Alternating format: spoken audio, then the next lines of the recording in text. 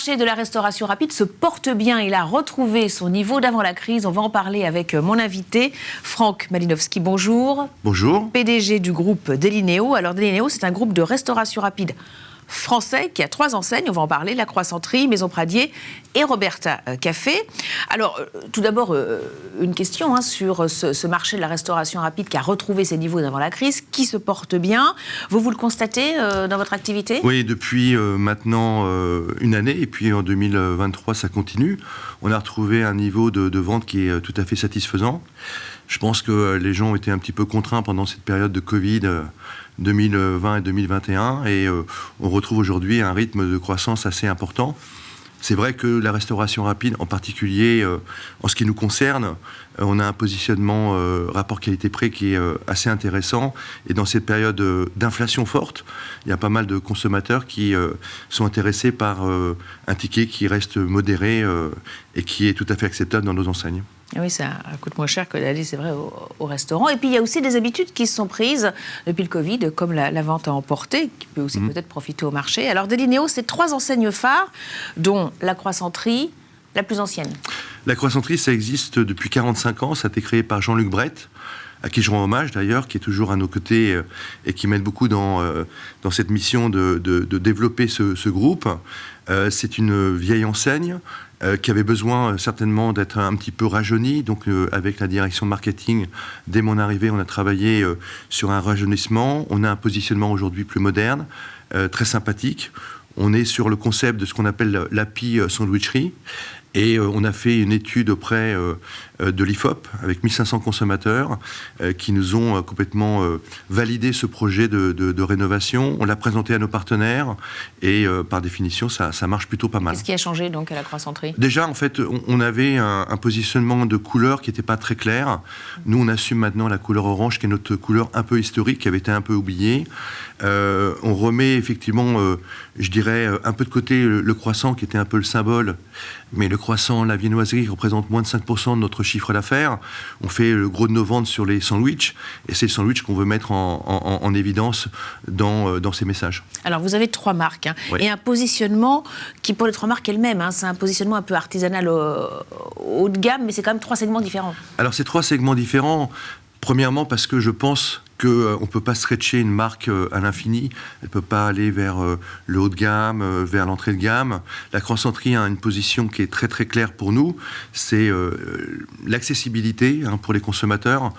Le deuxième positionnement, c'est Maison Pradier, qui existe depuis 1859, qui est un traiteur parisien qui travaille sur quelque chose de traditionnel. Donc on a évidemment, je dirais, continué cette voie avec un peu plus de haut de gamme. Et Roberta Café, c'est le street food italien, donc c'est complètement différent.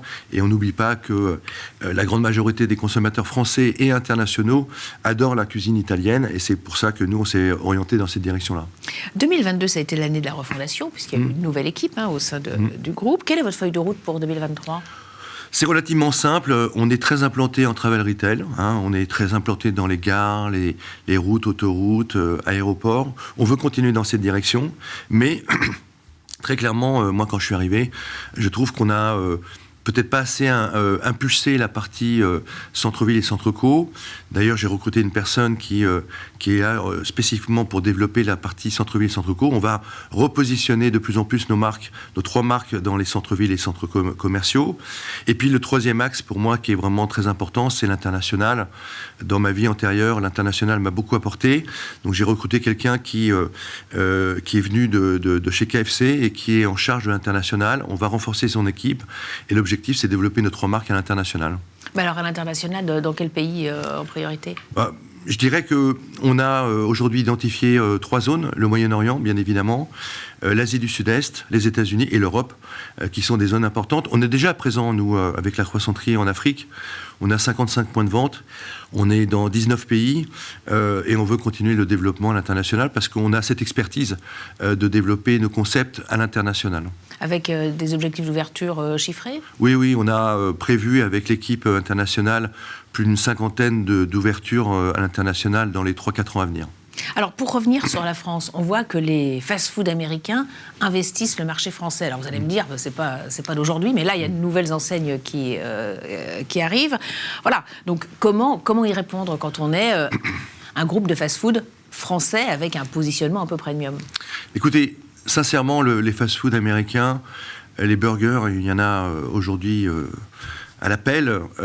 Concrètement, c'est vraiment un segment un peu à part. Et on voit que le consommateur, il n'est pas monoproduit. Il peut très bien consommer du fast-food américain sans citer de marque, et puis venir dans nos enseignes. C'est à chaque fois complémentaire. On n'a vraiment pas peur, et on voit aujourd'hui que concrètement, le travail qu'a fait la R&D, le marketing chez nous, de renouvellement, tous les 3 mois, on change une partie de notre carte pour éviter la lassitude des consommateurs. Et par définition, ça paye. Et on voit bien que le nombre de consommateurs qui viennent nous voir augmente de mois en mois. Et bien évidemment, le panier moyen aussi augmente, ce qui est quand même très, très positif.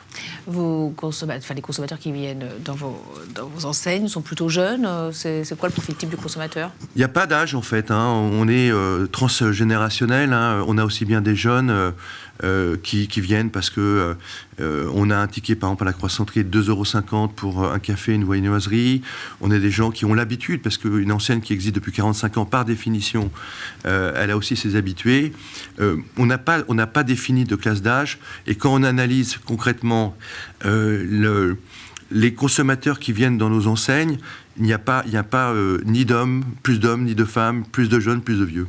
Enfin, voilà. Une clientèle, on va dire, assez stable. Assez stable, oui. Et on aura bien noté vos projets de développement, à la fois en France et aussi à l'international. Exactement. Merci beaucoup, Franck Malinowski, donc PDG du groupe Delineo. Très bien. Vous êtes venu sur le plateau de Smart Leaders.